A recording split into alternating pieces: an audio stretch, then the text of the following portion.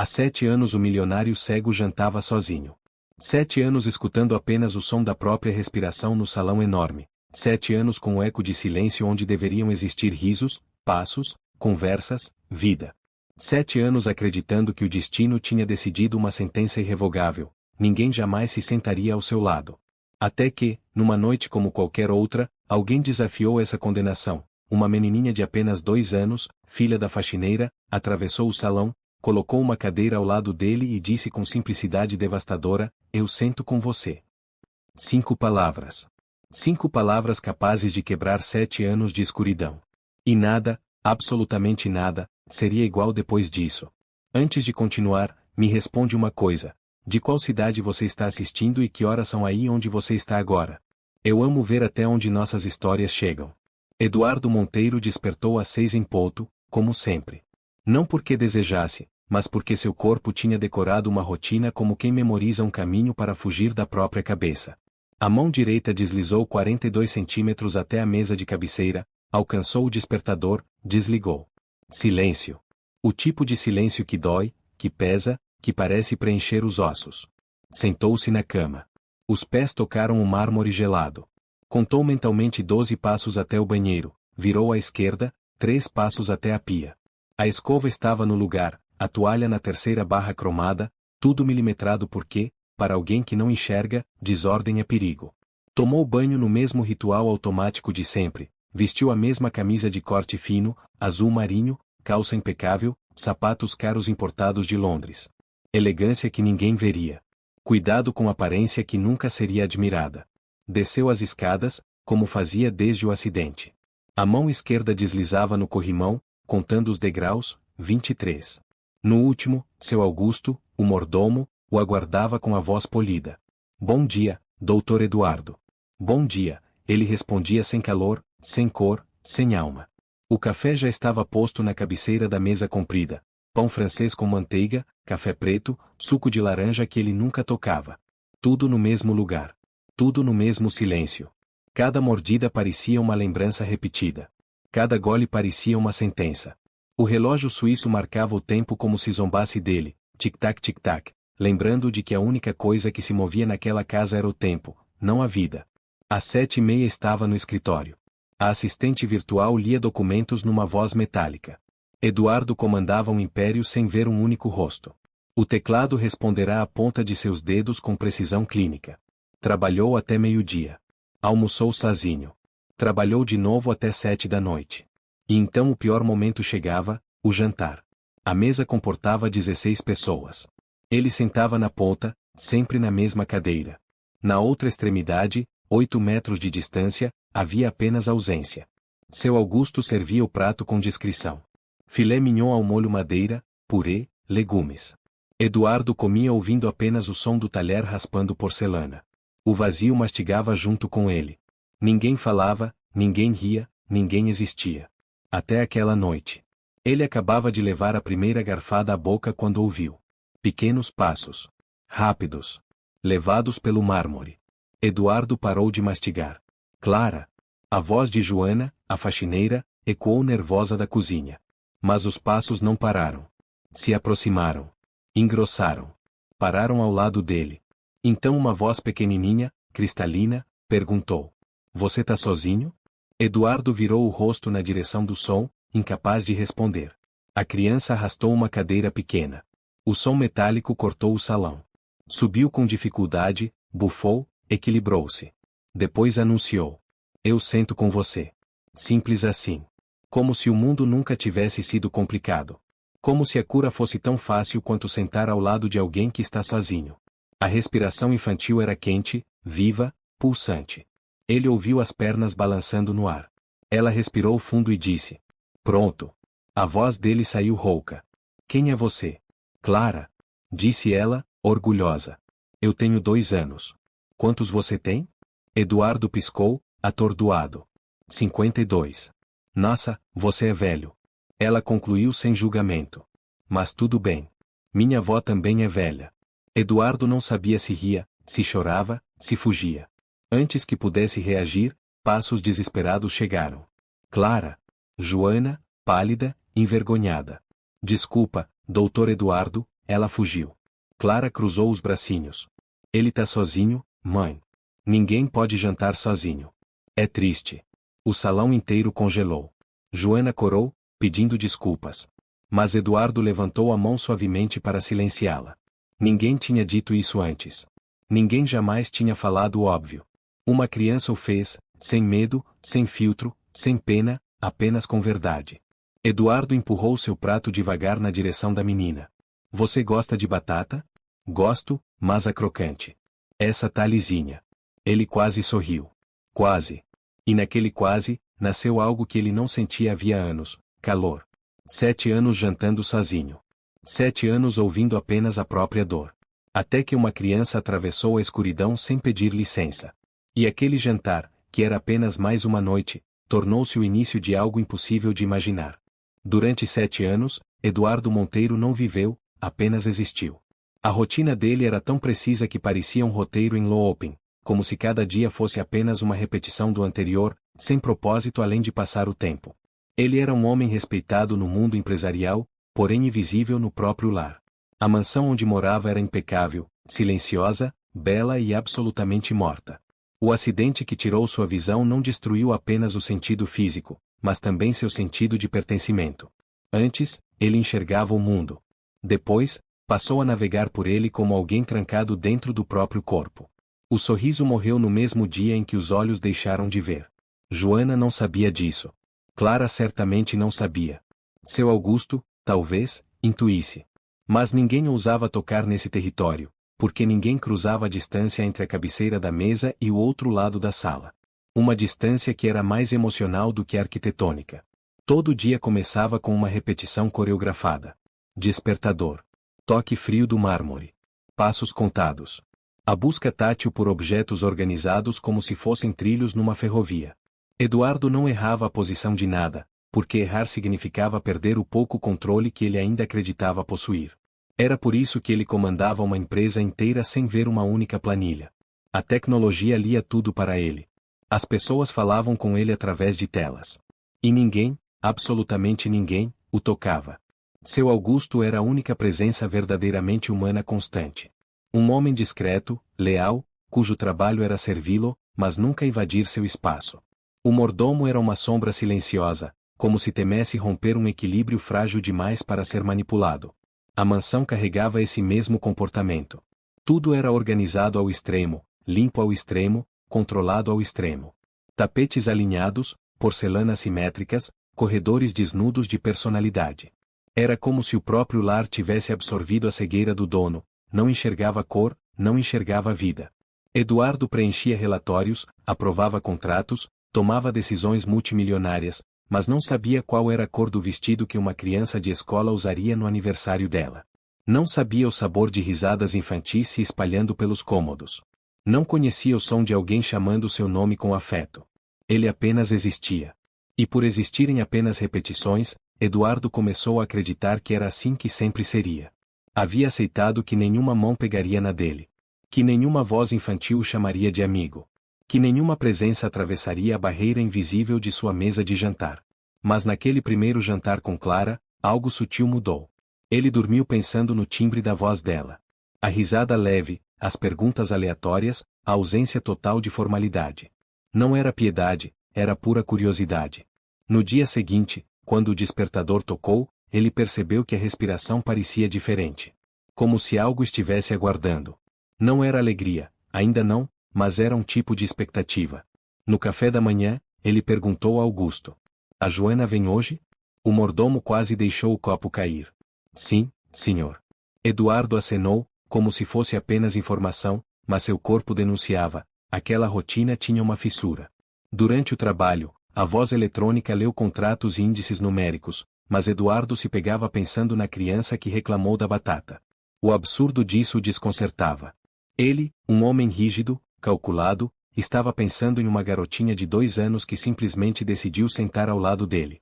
No fim do expediente, quando Augusto conduziu até a sala de jantar, Eduardo percebeu algo que nunca tinha notado: o som do talher ecoando parecia mais alto. Porque naquele dia, pela primeira vez em anos, ele esperava alguém. O jantar veio. Silêncio veio.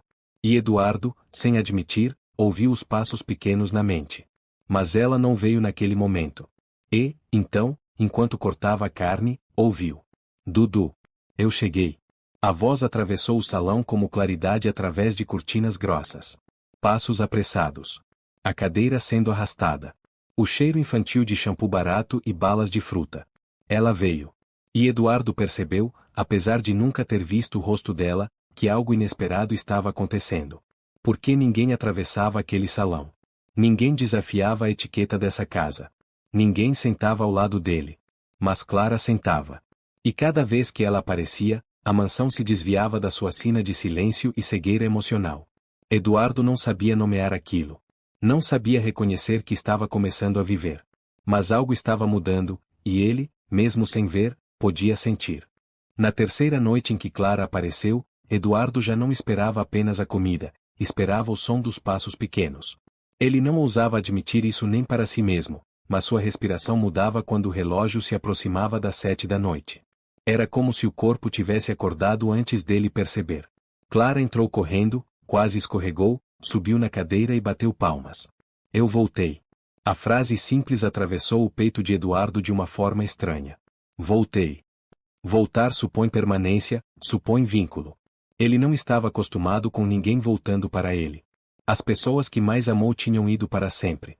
Agora, uma criança dizia voltei como se isso fosse natural.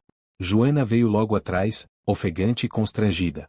Clara, já falei para você não sair correndo assim. Doutor Eduardo, desculpa. Não peça desculpas, Eduardo respondeu quase sem perceber que falava. Estamos jantando. O silêncio de Joana foi carregado de surpresa. O mordomo, parado na porta, piscou como quem tenta entender um novo idioma sendo falado repentinamente em sua própria casa. Eduardo inclinou o rosto na direção onde imaginava que Clara estivesse. O que você fez hoje? Brinquei com blocos, ela respondeu mastigando batata frita que Augusto havia trazido especialmente para ela. Cantei. Fiz bagunça. Mamãe brigou comigo porque eu derrubei suco no sofá. Eduardo quase sorriu.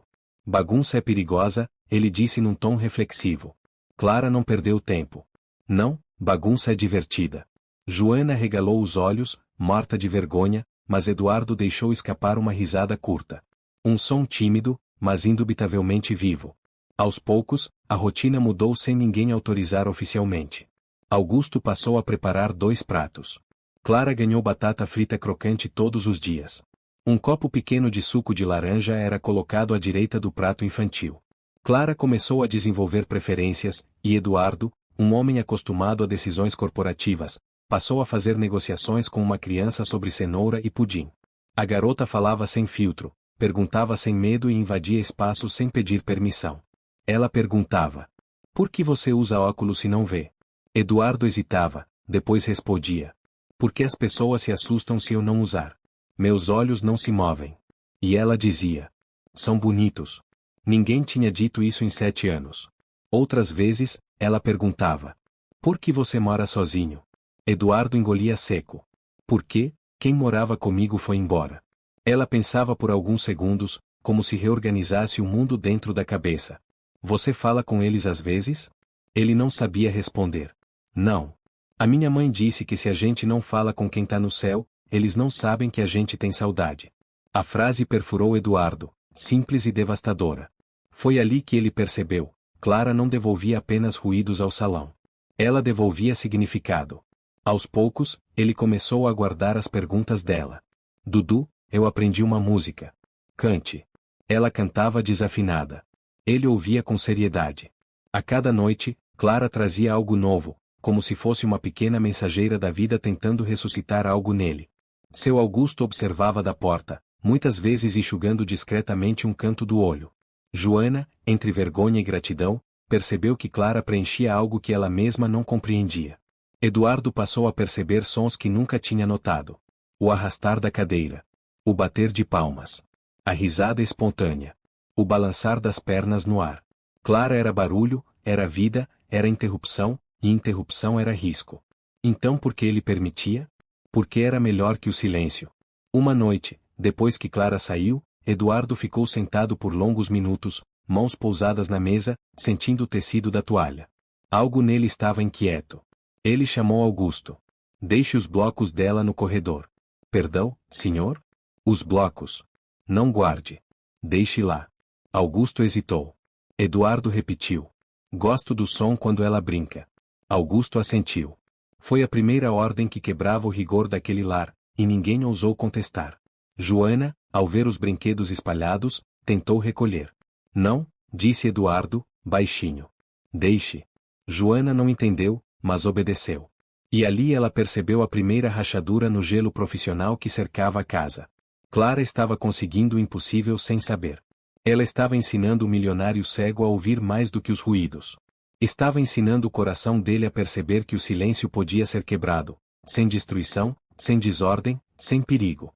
Naquela noite, ao subir para o quarto, Eduardo passou a mão pela parede como fazia sempre, contando os passos, mas dessa vez algo mudou. Ele percebeu um desenho colado na cristaleira da sala. Augusto havia deixado lá.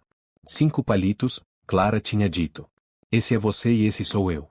Eduardo não podia ver, mas passou os dedos sobre o papel com cuidado, como se aqueles traços fossem uma forma de enxergar.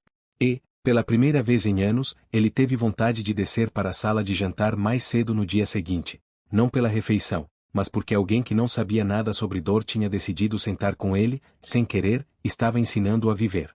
As semanas passaram como não passavam há anos. Antes, os dias eram apenas horas empilhadas, agora, cada tarde carregava um propósito silencioso. Clara chegaria às 7. Eduardo, sem admitir, passou a reorganizar o tempo ao redor desse detalhe.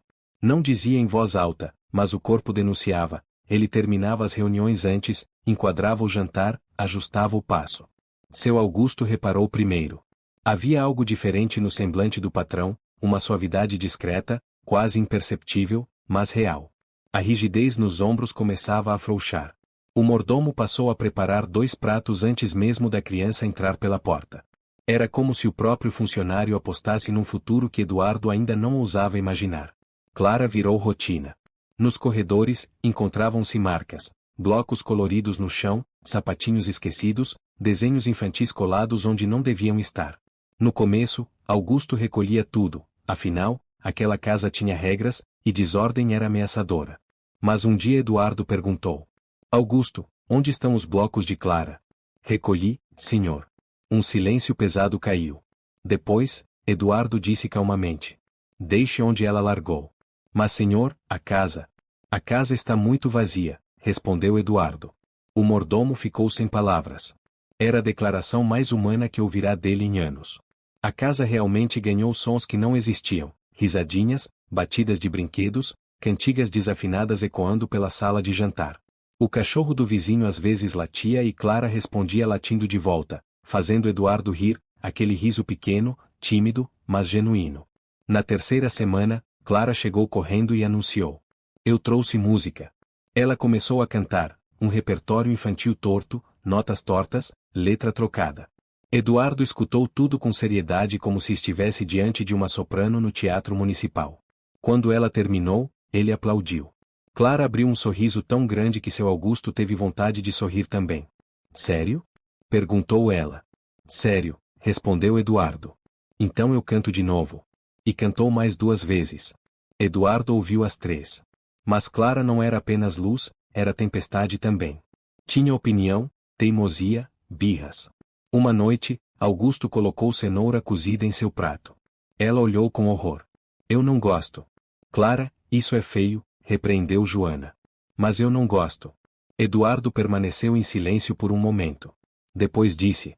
Tudo bem, ninguém é obrigado a comer o que não gosta. Clara abriu um sorriso de vitória até que ele completou. Mas sem comer nada, não tem sobremesa. Clara congelou. Que sobremesa? Pudim de leite. Augusto tinha preparado sabendo que era o favorito dela. Os olhos da criança brilharam. Eu amo pudim. Eu sei, Eduardo respondeu. Mas para ganhar, precisa comer 3 cenouras. Clara fez uma careta dramática, mas comeu. 1, 2, 3. E ganhou o pudim. Joana ficou chocada. Eduardo tinha conseguido o que ela não conseguia em casa. A faxineira passou a observar o patrão de modo diferente, não como um homem distante atrás dos óculos escuros, mas como alguém que sabia falar com sua filha. Outra tarde, Clara foi até o escritório. Eduardo estava ouvindo relatórios. Oi, ela disse, entrando sem bater. Clara, você não pode entrar assim. Posso sim. Quero mostrar meu desenho. Eduardo hesitou, depois escolheu permitir, um gesto raro para alguém que passará anos dizendo não. Clara subiu na cadeira e colocou um papel nas mãos dele. Esse é você. Eu te desenhei bem grandão porque você é enorme. Eduardo tocou o papel, passando os dedos devagar. E esse aqui sou eu, disse Clara. E esse aqui vai ser o cachorro que a gente vai ter. Eduardo franziu o senho. Nós temos um cachorro? Não. Mas a gente devia ter, respondeu ela com convicção. Joana ouviu da porta e quase engasgou. Doutor Eduardo, ela fala demais, desculpa. Clara gosta de cachorro? Eduardo perguntou. Muito, respondeu Joana. Mas a gente mora em apartamento pequeno. Eduardo ficou em silêncio longo. Depois disse. Faz tempo que essa casa não tem vida. Talvez um cachorro ajude. Joana perdeu o ar por um segundo. Ele estava mesmo pensando nisso? Na semana seguinte, Augusto entrou com um filhote de Golden Retriever, desajeitado, peludo, com pouco mais de 3 meses. Clara viu e arregalou os olhos como se tivesse visto um milagre. Ele é amarelo. Ele é quentinho. Ele é perfeito. Como ele chama? Eduardo perguntou. Clara pensou. Sol. Porque ele é quente. Eduardo acenou. Sol. E assim Sol virou parte da casa. A mansão antes organizada demais agora tinha patinhas marcadas em tapetes, pelos grudados no sofá e brinquedos roídos espalhados. Augusto suspirava, mas Eduardo sorria, ou melhor, algo parecido com isso. A vida começava a criar raízes por ali. Mas a alegria sempre incomoda alguém. E do lado de fora daquela casa, alguém observava a transformação com desconfiança. Alguém que acreditava que luz demais podia ser perigosa. Essa pessoa entraria em cena em breve, e com ela, o primeiro choque capaz de testar tudo que estava nascendo entre Eduardo, Joana, Clara e agora Sol. Clara brincava com Sol na sala quando Eduardo, sentado na cabeceira, fez algo que nunca fazia. Chamou alguém pelo nome sem necessidade formal. Joana? A faxineira, que alinhava taças na cristaleira, se virou assustada. Senhor? Eduardo hesitou. As palavras vinham lentas, como se precisassem atravessar muros internos para existir. Como é ser mãe? Joana congelou. Não esperava aquela pergunta. Não naquele lugar. Não daquele homem. Ela colocou a taça sobre a mesa, respirou fundo, procurou palavras. É cansativo. Assustador. Mas é bonito. Eduardo inclinou a cabeça, escutando. Bonito como? Joana pensou por um instante, e respondeu com sinceridade impensada. Bonito porque, alguém precisa de você. De verdade. Eduardo sentiu algo apertar no peito, como uma lembrança que tentava emergir. Eu ia ser pai, ele disse, com a voz mais baixa que já usará. Joana girou lentamente o rosto para ele. Sua esposa? Estava grávida. 5 meses. A gente já sabia que era menino. Já tínhamos nome. Já tínhamos quarto. Já tínhamos tudo. Joana caminhou devagar até a cadeira ao lado dele. Sentou-se. Ouviu a respiração quebrada dele. E aí, eu bati o carro. As palavras caíram como ferro quente sobre o chão gelado. Eu devia ter parado. Eu estava cansado. Devia ter chamado um motorista. Mas eu quis dirigir. Os dedos dele tremiam levemente sobre a mesa. Eles morreram. Ela, e ele. E eu fiquei. Sem ver. Sem eles. Joana mordeu o lábio, os olhos marejando. Mas não disse sinto muito, aquela frase fácil que nunca ajuda. Ela disse outra coisa. O Senhor não matou ninguém. Eduardo negou lentamente com a cabeça. Matei sim. Eu devia ter protegido e falhei. Tudo isso aqui, essa casa, esse silêncio, é punição. Silêncio. Pesado. Vivo. Dolorido. Clara, sem perceber nada, cantava no chão enquanto o sol lambia sua mão. Joana falou com cuidado, quase sussurrando. Talvez, o Senhor não tenha sido condenado. Talvez só tenha esquecido como viver. Eduardo virou o rosto na direção da voz dela. A respiração dele era um fio. Eu nunca tive coragem de abrir o quarto. O quarto do meu filho. Augusto limpou e trancou. Eu nunca entrei lá depois. Joana baixou os olhos, entendendo mais do que gostaria. Clara puxou o vestido dela. Mamãe, Sol tá comendo meu sapato. Joana levantou rapidamente para separar os dois, e Eduardo ficou sentado, sozinho, respirando memórias. Aquelas revelações mudaram Joana. Até ali, ela tinha pena dele, ou respeito, mas agora havia outra coisa. Compaixão verdadeira. Ela olhava o patrão e via não apenas rigidez, mas um homem estilhaçado por dentro. Clara continuava ensinando Eduardo pequenas coisas sem perceber. Um dia, ela se aproximou, colocou as pequenas mãos no rosto dele e disse: "Eu vejo por você." Ele não soube responder, porque nunca ninguém tinha dito algo assim. Não era pena. Era parceria. Clara se tornou parte da rotina, mesmo que Eduardo lutasse contra admitir. A rotina da mansão mudou. Sol corria, Clara falava sem parar, Joana limpava os rastros de ambas e Eduardo escutava. Pela primeira vez em 7 anos, ele escutava com intenção. Mas enquanto essa luz crescia, algo no exterior começou a se mover. Renata Monteiro, sua irmã, observava mudanças que não entendia. Ela o visitava raramente, e quando ligava, Eduardo parecia distraído. "Você ouviu o que eu disse?" Ela perguntava. "Sim, sim", ele respondia, sem ouvir. Renata franziu o senho. Algo estava acontecendo. Eduardo nunca delegava decisões. Nunca relaxava. Nunca permitia distrações. Mas agora, sim. "A gente precisa conversar", ela avisou. "E eu vou até aí." Eduardo ignorou. Não era algo que queria enfrentar naquele momento. Havia algo novo ocupando sua mente, o som da cadeira arrastada toda noite às 7. Renata chegou numa tarde, sem aviso, sem permissão, e encontrou Eduardo no chão com Sol e Clara, rindo. Não era risada de conveniência, era gargalhada, um som que a casa engoliu como surpresa. Renata respirou fundo, calculou, e bateu palmas forte. A sala parou. No instante em que Eduardo ouviu aquela palma, um instinto antigo despertou, o de se defender. Clara se aproximou, assustada. Renata analisou a cena como cirurgiã, uma criança de classe humilde, uma faxineira e seu irmão milionário envolvido com elas. Ela sentiu o sangue ferver. Ou talvez não fosse raiva, talvez fosse medo. Renata se aproximou como quem tenta resgatar alguém de um incêndio. "Eduardo, precisamos conversar. Agora." Eduardo se levantou, tremendo levemente enquanto Joana recuava com Clara. Sol rosnou baixo. Renata olhou para Joana como quem inspeciona a ameaça. "Quem é você?" "Joana. Eu trabalho aqui." "Faxineira, claro." Depois, para a criança. "E essa aí? Sua filha?" Joana assentiu. Renata cruzou os braços. Sua voz veio fria. "Então me diz, faz parte do seu trabalho brincar com o meu irmão?" A pergunta foi mais que acusação, foi a primeira faísca de um conflito que cresceria como incêndio. Eduardo respirou fundo. "Renata, para." Mas Renata não parou. Ela tinha visto demais. Vinha observando à distância. E algo nela decidiu, precisava intervir. Porque Renata acreditava que conhecia o que era melhor para ele, e acreditava que luz demais podia ser exatamente o tipo de perigo que destruiria aquilo que estava florescendo. Renata Monteiro nunca gostou de surpresas. Era controladora, analítica, rígida, um espelho mais afiado do irmão, só que com olhos funcionando. Para ela, tudo tinha lugar, especialmente vulnerabilidades. E Eduardo, no estado em que estava, não podia, jamais, permitir-se fraquezas. Vê-lo no chão, descalço, rindo com uma criança desconhecida, era mais inquietante do que qualquer relatório financeiro negativo. Ela não entrou com calma, entrou com autoridade. "Eduardo", sua voz cortou o ambiente, "nós vamos conversar. Agora." Eduardo respirou fundo, sentiu a euforia da brincadeira evaporar. Joana levantou rápido, puxando Clara para perto. Sol rosnou, farejando tensão.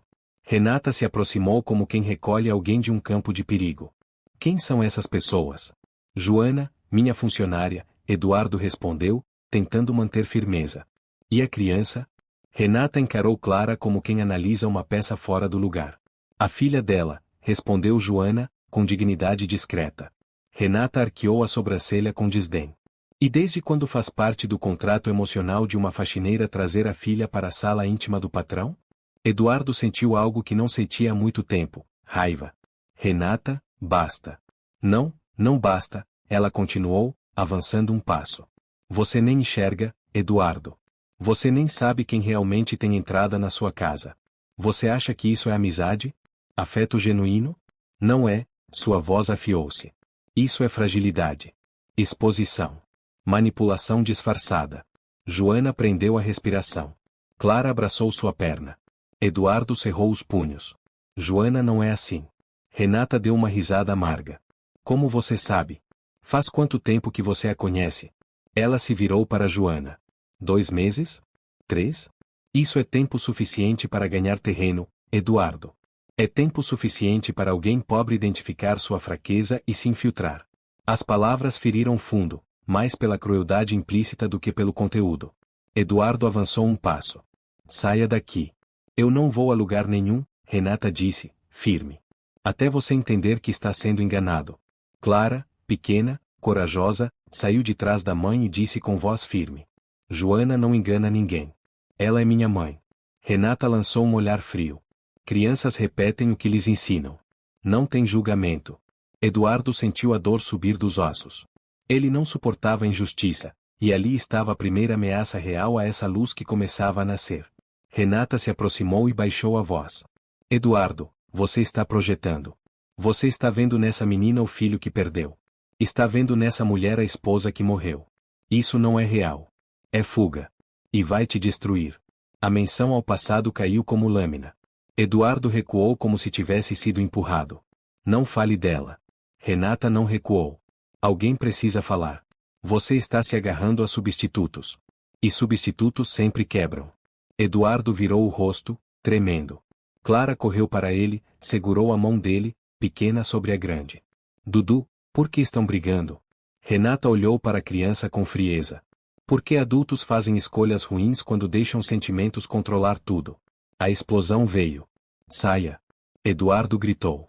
Renata ficou em silêncio por meio segundo. Depois pegou a bolsa. Muito bem. Mas a conversa não acabou. Olhou para Joana. E você, cuidado. Eu vou descobrir quem você é. Saiu. A porta fechou com um estrondo que ainda ecoava quando o silêncio caiu. Clara olhou para Eduardo, preocupada. Dudu, tá tudo bem? Eduardo tentou sorrir. Não conseguiu. Seu Augusto apareceu discretamente, conduzindo-os à sala de jantar. Joana sentou, mas desta vez, não como empregada, como alguém ferida e envergonhada. Eduardo ficou imóvel, ainda sentindo as palavras da irmã envenenando sua mente. Ela estava errada, ele dizia a si mesmo. Mas parte dele, temia que ela estivesse certa. Porque Renata conhecia suas feridas. Sabia onde pressionar. Sabia onde ele ainda sangrava. E, sem perceber, ela plantou a dúvida. Aquela semente cresceria. Ele não sabia ainda, mas cresceria. Naquela noite, durante o banho, Clara perguntou a Joana. A tia de Dudu é má? Joana hesitou. Não. Ela só tem medo. Medo de quê? Joana olhou para a filha e respondeu com voz baixa. Medo que ele seja feliz sem ela. A mansão adormeceu inquieta. Eduardo demorou a pegar no sono. Ele revivia cada palavra dita, projetando, substituindo, fugindo, vulnerável, cego, todas marteladas pelo tom clínico de Renata. E pela primeira vez desde que Clara invadiu a mesa de jantar, Eduardo sentiu algo gelado subindo pela espinha. Medo. Não do que estava vivendo, mas do que estava sentindo. Porque o que Renata dissera, em algum nível, parecia verdade demais para ignorar. O silêncio daquela noite parecia diferente. Eduardo sentou-se na sala, sem Clara, sem Joana, sem os passos leves, sem a risada que preenchia os espaços. A mansão parecia ter voltado no tempo, grande, fria e vazia. Mas dessa vez, havia algo mais doloroso que antes, saudade. Antes, ele não sentia falta de ninguém, porque ninguém fazia parte de sua rotina. Agora, ele sentia a ausência como quem perde o ar. Cada canto da casa trazia lembranças, o som da cadeira sendo arrastada, a voz pequena perguntando se ele estava sozinho, o calor da criança dormindo em seu ombro. E pela primeira vez desde o acidente, Eduardo percebeu algo assustador, ele não queria voltar a viver como vivia antes. Na manhã seguinte, o escritório estava silencioso, seu Augusto o observava preocupado. Eduardo tentava trabalhar, mas a mente estava longe. Ouviu passos e se virou esperançoso, mas não era Clara, era apenas o eco da memória. Doutor, disse Augusto baixo, às vezes perder é o que faz a gente lutar para recuperar. Eduardo não respondeu, mas essas palavras ficaram martelando. À tarde, enquanto o assistente virtual lia relatórios, ele desligou o computador. Levantou-se devagar, guiando-se pelas lembranças espaciais da sala, como se estivesse seguindo um caminho invisível. Foi até o andar superior, parou diante do quarto infantil que continuava vazio, abriu a porta e ficou ali parado. O cheiro suave de madeira polida misturou-se mentalmente ao perfume infantil que Clara carregava. Ele encostou a mão na parede, como se pudesse capturar aquele rastro. Mas algo dentro dele começou a mudar. Ele percebeu que Clara não tinha apenas preenchido o silêncio, ela o tinha desafiado. Ela havia mostrado que até uma casa congelada podia acordar, que ele podia sentir, rir, esperar. Eduardo sentou-se na poltrona perto da janela. Pensou na carta de Joana, pensou no desenho, pensou nas palavras simples demais para virem de alguém tão pequena, eu vejo por você. E foi ali que a decisão tomou forma, ele não podia deixar aquilo acabar assim. Naquela noite, seu Augusto entrou levando o jantar. Senhor, quer que eu fique? Perguntou cauteloso. Eduardo respirou fundo. Não, Augusto, amanhã vou recuperar o que perdi. O mordomo parou na porta. Então amanhã sua vida vai mudar, doutor. E saiu. Eduardo se levantou, apoiou-se na bengala que raramente usava. Caminhou até a sala de jantar. Encostou a mão na cadeira onde Clara sentava. Amanhã, sussurrou. Pela primeira vez em anos, ele tinha um objetivo que não era assinar contratos ou comandar empresas, era lutar por alguém. Ele subiu, cada degrau parecendo mais leve do que nunca. Na porta do quarto, murmurou para si mesmo, amanhã, eu corro atrás. Dormiu pouco, acordando várias vezes, ouvindo risadas que não estavam ali, ou que, talvez, nunca tivessem ido embora. O amanhecer chegou, e Eduardo não hesitou. Augusto, me leve até ela, disse apenas. E assim começou a verdadeira transformação de um homem que passou anos preso dentro de si mesmo. Agora estava pronto para enfrentar o medo, enfrentar sua irmã e enfrentar o destino, se fosse preciso. Porque ninguém deveria jantar sozinho, ele repetiu baixinho. E naquele instante, algo dentro dele finalmente renasceu. A manhã começou como uma tempestade silenciosa. Eduardo desceu as escadas guiado apenas por sua bengala e pela urgência que pulsava dentro do peito. Seu Augusto já estava à porta, sem uniforme de mordomo, apenas um homem pronto para apoiar outro. Onde vamos primeiro? Perguntou ele. Eduardo respirou fundo. Para onde ela viveu antes de vir aqui? Ela deve ter deixado rastros. Augusto assentiu. Então vamos. O carro arrancou, cortando avenidas cinzentas e memórias ainda mais densas. Eduardo segurava a bengala como quem segura uma espada. Doutor, tem uma coisa que o senhor precisa entender, disse seu Augusto, dirigindo com firmeza. Quando alguém como Joana vai embora, não é por falta de sentimento. É por medo. Eduardo virou o rosto na direção da voz. Medo do quê? Augusto respirou. De não ser aceita. De que alguém tire dela o pouco que ela tem por acreditar que não merece.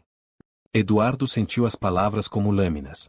Ele sabia de onde vinha aquele medo, ele próprio tinha vivido isso, mas por razões diferentes. Mais tarde, chegaram a Pirituba. O carro parou diante de um pequeno conjunto de casas simples. Augusto foi guiando Eduardo até o portão verde. É aqui, disse ele. Eduardo bateu, mas ninguém respondeu. De repente, passos leves soaram. Uma senhora idosa abriu parcialmente a porta e a história desabou sobre ele. Elas tinham ido embora naquela manhã, com 2 malas e sem destino certo. Eduardo sentiu algo despencar dentro de si. As mãos buscaram as grades como se pudesse prender a fuga do destino. Tem alguma chance de saber para onde foram? A mulher pensou. A mãe dela vive em Franco da Rocha. Talvez tenha ido para lá. E assim o fio de esperança se estendeu. Augusto guiou Eduardo de volta ao carro. Eles seguiram sem parar, agora sob nuvens carregadas. O tempo parecia se acelerar contra ele, como se o destino estivesse correndo mais rápido. Quando entraram na cidade, Augusto procurou por qualquer pista, padarias, vizinhos, ruas onde corre rumor mais rápido que vento. E então surgiu, uma menina brincando na calçada confirmou ter visto Joana mais cedo esperando o ônibus na rodoviária. Eduardo quase saiu correndo antes mesmo de Augusto estacionar. Espere, chamou o mordomo, correndo atrás dele. A chuva começou a cair, primeiro leve, depois como se o céu resolvesse desabar de uma vez. Eduardo escorregava, tropeçava, mas não parava. Cada passo era uma prece. Não deixe que eu chegue tarde outra vez. Quando alcançaram a rodoviária, o som das buzinas, anúncios, vozes e chuva misturou-se em uma cacofonia desorientadora. Augusto segurou seu braço, guiando-o pelo caos. Tem um ônibus saindo para Jundiaí em 10 minutos. Talvez seja esse. Eduardo acelerou. O chão estava liso. Uma queda dura no asfalto arrancou um grito baixo. Senhor, o senhor está machucado. Eu não vou parar, rosnou ele com a convicção de quem perdeu demais na vida. Finalmente chegaram. Joana! Eduardo gritou, mesmo sem saber onde ela estava. Pessoas viraram o rosto, mas nenhuma respondeu, até que uma voz pequena cortou o ar como raio de luz. Dudu? Eduardo parou, o coração congelou. Ele reconheceria aquela voz em meio ao fim do mundo. Clara? Augusto guiou. Pequenos passos correram, poças salpicando. Dudu, você veio me buscar. Eduardo caiu de joelhos, a chuva se misturando ao sangue no seu joelho. Eu vim, sussurrou ele. Joana correu logo depois, atônita. O que o senhor está fazendo aqui? Eduardo se ergueu com dificuldade. Eu vim porque não suporto a ideia de você ir embora.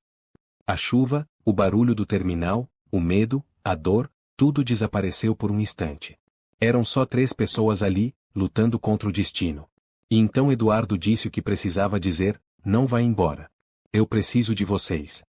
A resposta de Joana ficou suspensa no ar, mas algo já havia mudado. Aquele homem que antes vivia sentado numa mesa de 16 lugares tinha cruzado cidades para encontrar uma criança e sua mãe. E isso dizia tudo. A chuva continuava caindo como se quisesse lavar o mundo inteiro, mas naquele portão estreito, debaixo do guarda-chuva quebrado de Joana, outra coisa se lavava, a ilusão de que Eduardo podia viver sem elas. Joana tentou falar, mas a voz falhou. Doutor Eduardo, não faz sentido. O senhor tem sua vida, sua família, sua casa. A gente não pertence a esse mundo. Eduardo avançou um passo. Vocês pertencem onde eu estiver. O silêncio que se seguiu não era vazio, era carregado de uma verdade impossível de ignorar. Clara puxou o casaco dele de novo. Então a gente não vai mais embora? Eduardo se ajoelhou, mesmo sentindo o joelho latejar. A mão encontrou o rosto pequeno da menina. Se depender de mim, nunca mais. Joana desviou o olhar, lutando contra o choro, enquanto a menina esmagava as palavras com a simplicidade que só crianças conseguem ter. Então vamos para casa. Eduardo se levantou devagar. Joana, ela fechou os olhos. Eu tenho medo. Ele assentiu. Eu também. Mas eu não vou desistir. A voz dele tremeu, mas era firme. Augusto fechou o portão, e o trio caminhou de volta para o carro. Eduardo guiado, Joana protegendo Clara, um pedaço de esperança segurado pelas mãos. Naquela noite, ao chegar à mansão, a cena que antes era fria agora parecia acolher. Clara correu para dentro como quem volta ao lugar certo. Sol! Gritou quando o cachorro pulou nela, latindo, como se não acreditasse que ela tinha voltado. Joana parou na entrada, hesitante, sentindo como se invadisse algo que não era dela, até sentir a mão de Eduardo tocar levemente seu braço.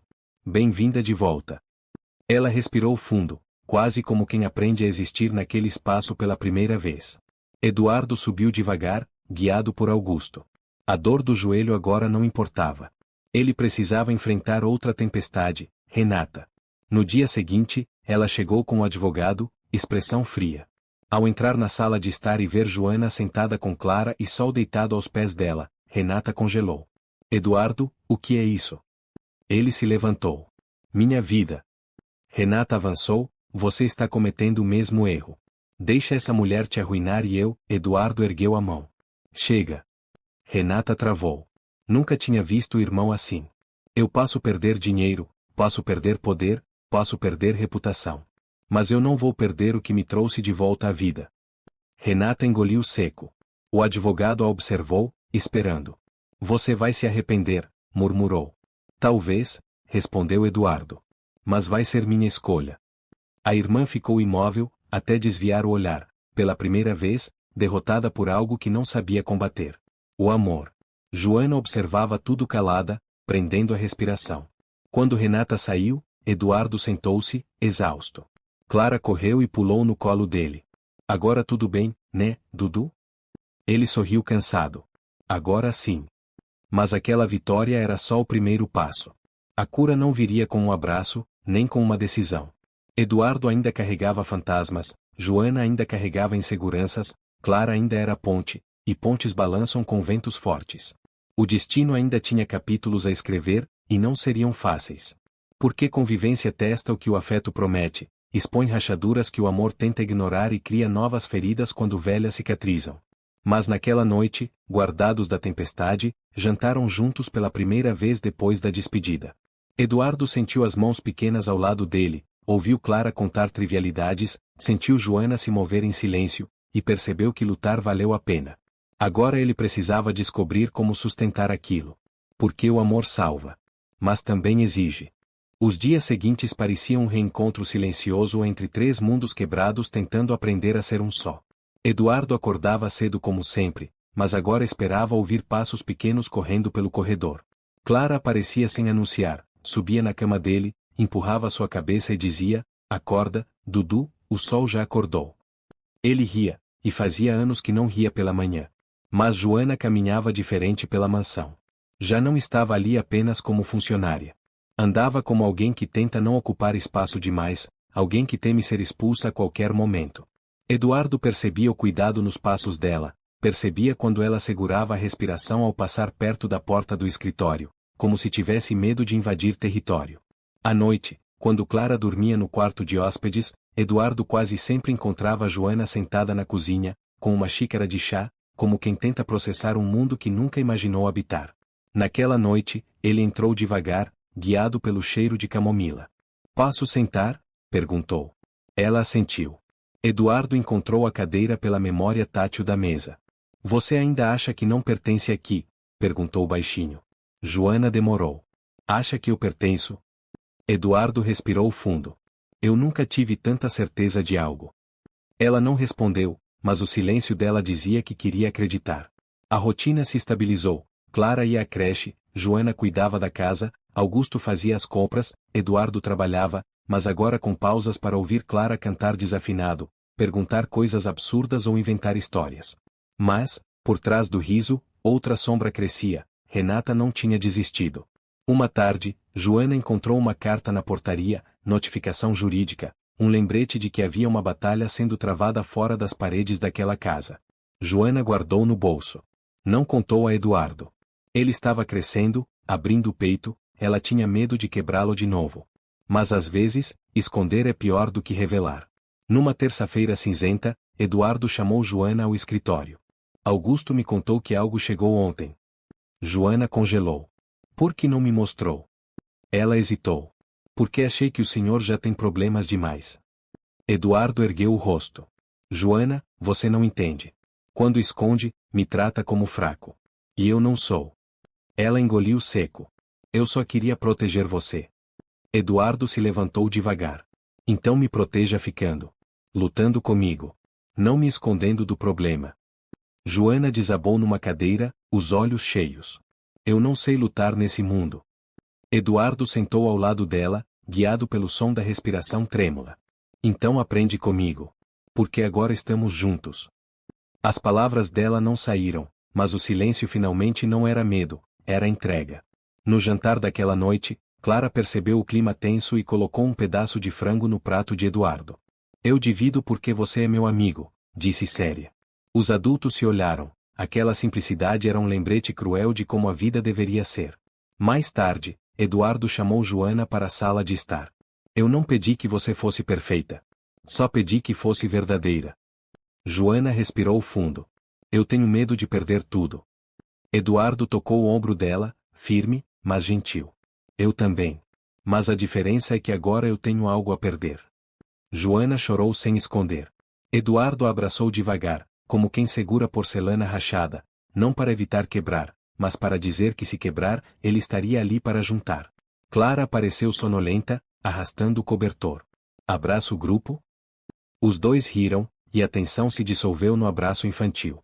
Mas enquanto os três ficaram ali, unidos, algo importante se revelou pela primeira vez. Eles não eram mais visitas na vida um do outro. E isso era só o início. Aquela semana marcou o início da convivência real, e convivência revela verdades que encontros breves escondem. Eduardo, acostumado a silêncio absoluto, percebeu que a presença de Clara transformava tudo. Ela corria, falava alto, arrastava brinquedos, perguntava 1000 vezes por quê. No começo, isso fez Joana se desculpar dezenas de vezes. Ela faz barulho, doutor, eu peço perdão. Eduardo sempre respondia da mesma maneira: é para isso que casas existem, para ter vida dentro delas. Mas Renata, mesmo longe, ainda era uma sombra. Eduardo recebia ligações com o nome dela acendendo no identificador. Algumas ele atendia, outras deixava tocar até o silêncio vencer. Joana observava à distância, sabia que aquela batalha ainda estava sendo travada. Sabia também que não era a batalha dela, mas inevitavelmente estava dentro dela. Foi numa manhã qualquer que tudo se intensificou. Eduardo estava no escritório quando a assistente virtual anunciou uma nova mensagem jurídica. Ele chamou Joana. Eles querem uma audiência. Ela ficou pálida. O senhor vai perder tudo? Eduardo sorriu com amargura. Se perder o que importa, já perdi. Mas eu não vou perder. No dia marcado, Augusto levou Eduardo ao tribunal. Joana queria ir, mas Clara tinha aula. Eduardo segurou sua mão. Eu volto. Prometo. E foi. Enquanto isso, Joana ficou olhando pela janela, apertando o pano da cozinha nas mãos. Queria poder fazer algo, mas só podia esperar. 2 horas depois, a porta abriu, Eduardo entrou, cansado, mas com outra postura. Renata retirou o pedido. Joana quase caiu. O quê? Por quê? Eduardo sorriu fraco. Porque ela percebeu que desta vez, eu lutaria. Aquela vitória não trouxe alegria instantânea, trouxe alívio. Nesse mesmo dia, Eduardo surpreendeu Joana na sala de jantar. Eu quero mudar uma coisa. Joana se preparou para o pior. Quero que você pare de me chamar de doutor. Joana congelou. Mas, Eduardo deu um passo à frente.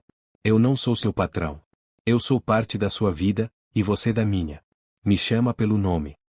Ela respirou fundo. Eduardo. A palavra saiu tímida, quase ensaiada. Ele sorriu. É assim que eu quero ouvir. À noite, Clara mostrou algo para Eduardo. Olha, Dudu, eu escrevi meu nome sozinha. Evidentemente era uma mistura torta de letras, mas ele riu como se fosse uma caligrafia dourada. Está perfeito. Ela subiu na cadeira e beijou o rosto dele. Joana observava a cena e viu a casa, viu a vida, viu os lugares onde antes só havia vazio.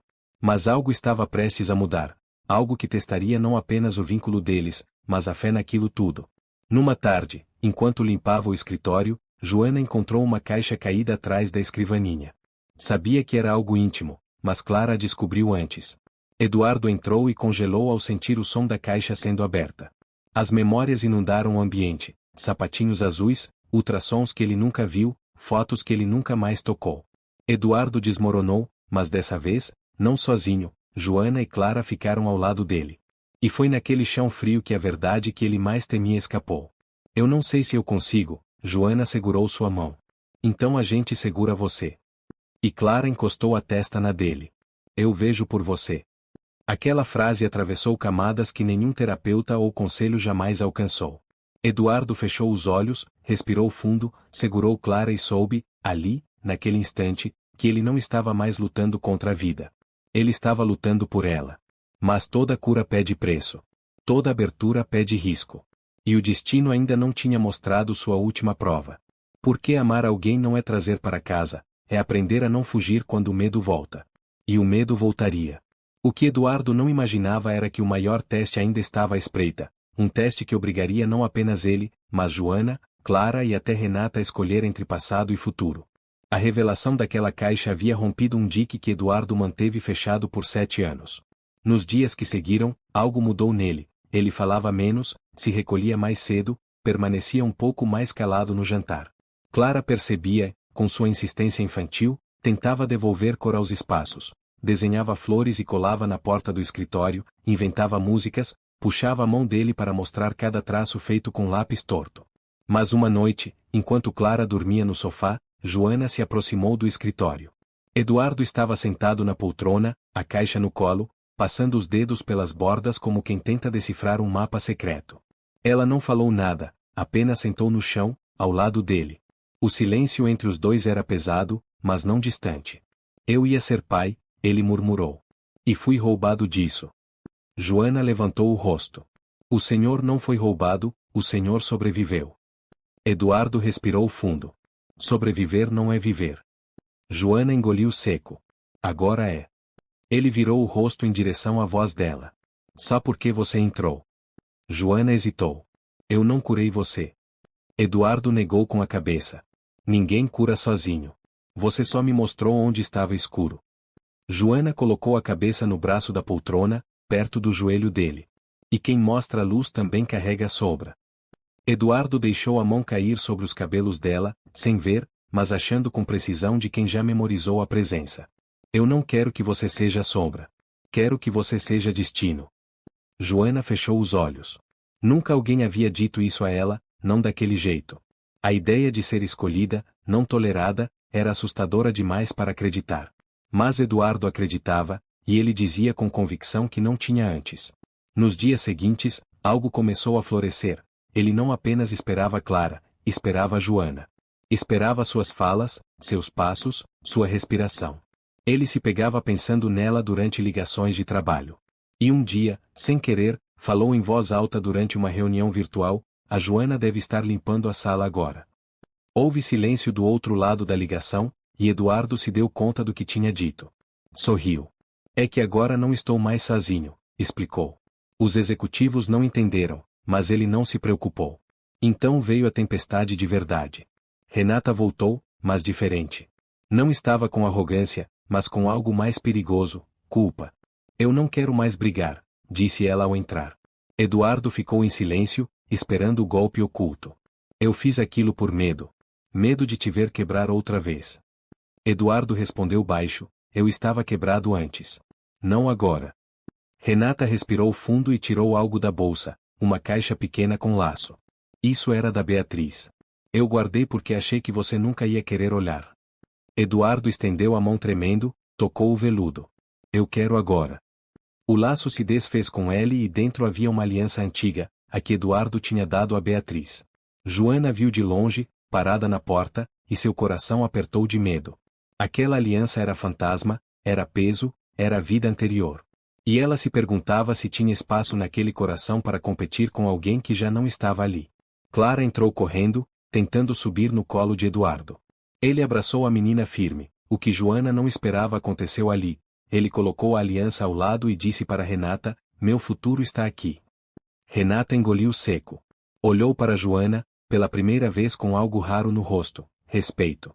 Então cuida dele, disse ela. Joana assentiu. Eu vou cuidar. Mas ele também vai cuidar da gente. Renata forçou um sorriso e saiu. Naquela noite, Eduardo chamou Joana até o jardim. Eu preciso te mostrar algo. Joana se sentou ao lado dele. Ele estendeu a caixa com a aliança. Isso pertence ao meu passado. E hoje eu escolho guardá-lo, não para viver nele, mas para lembrar quem eu era. Joana esperou. Mas o que eu quero para o meu presente? Ele estendeu a mão até encontrar a dela. É você. Joana deixou as lágrimas caírem livremente. Eduardo puxou sua mão para perto do peito.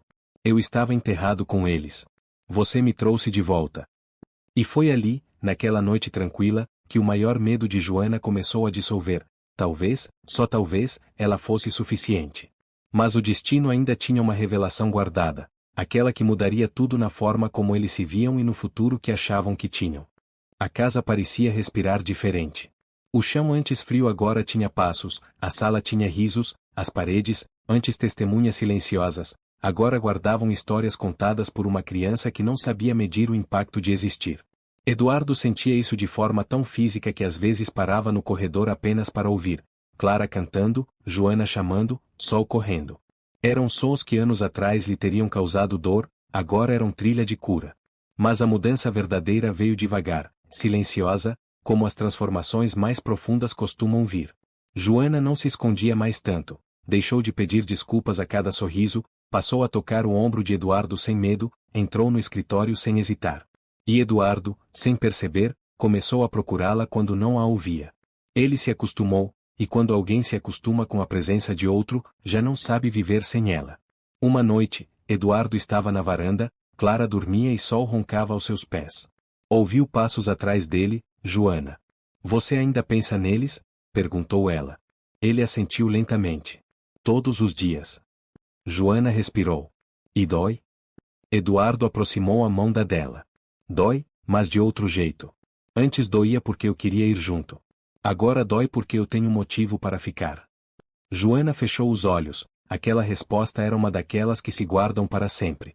Mas o destino, que havia unido 3 vidas improváveis, decidiu dar mais uma volta, a mais inesperada.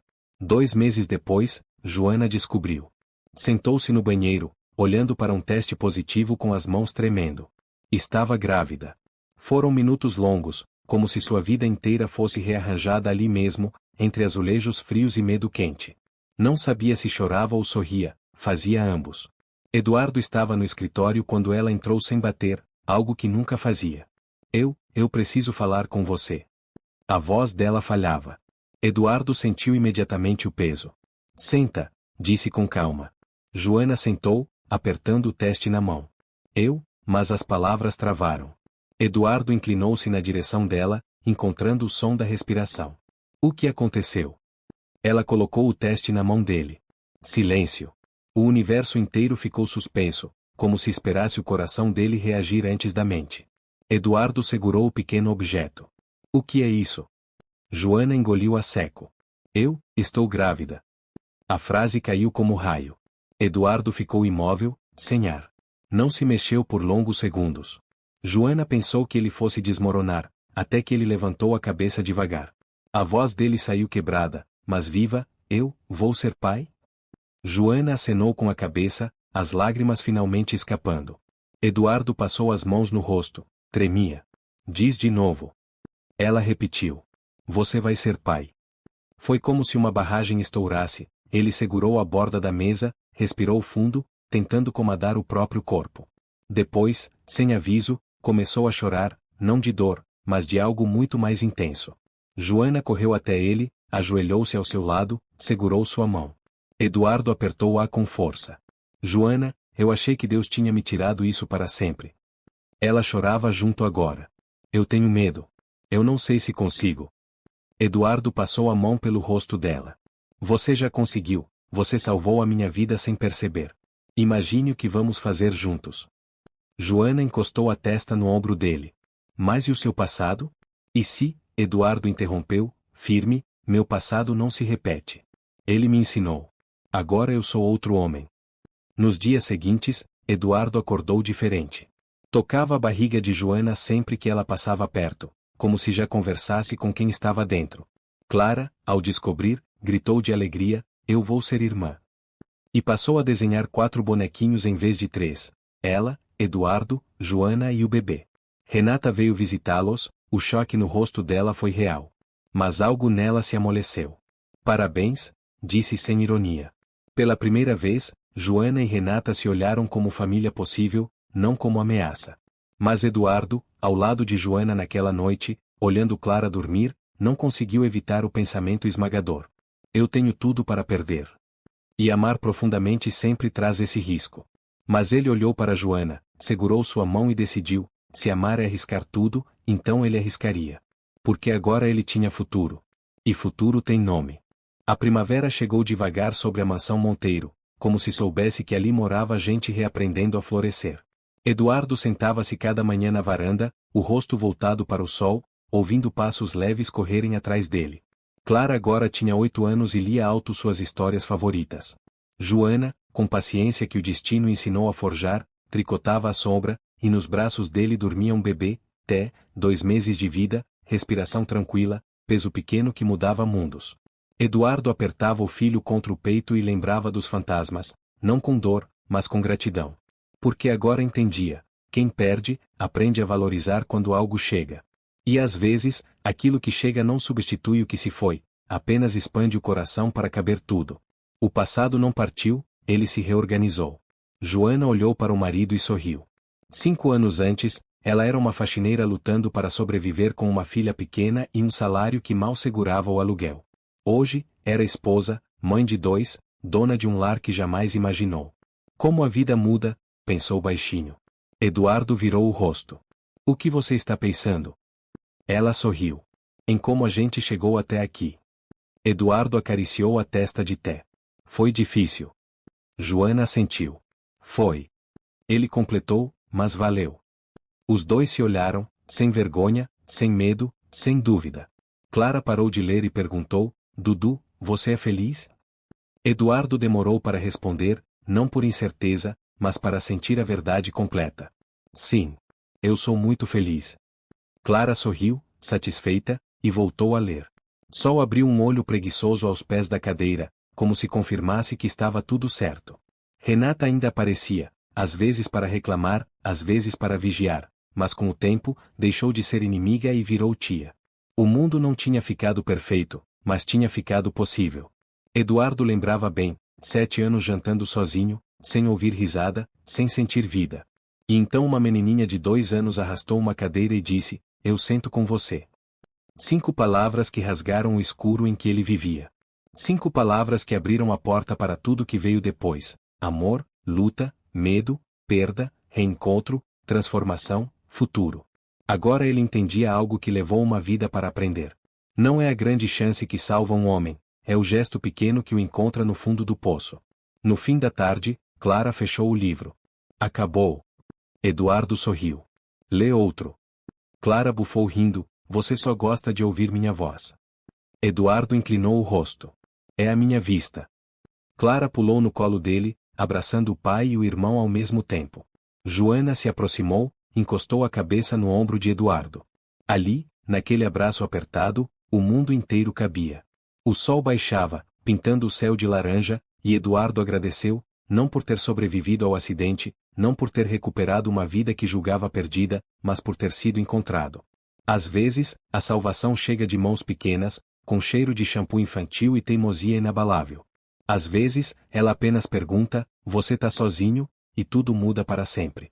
Se essa história tocou você, deixa o like, comenta qual momento mais mexeu com você, compartilha com alguém que precisa ouvir isso e se inscreve para mais histórias que aquecem o coração. Porque ninguém deveria atravessar a vida sozinho. Obrigado por estar aqui. Até a próxima história.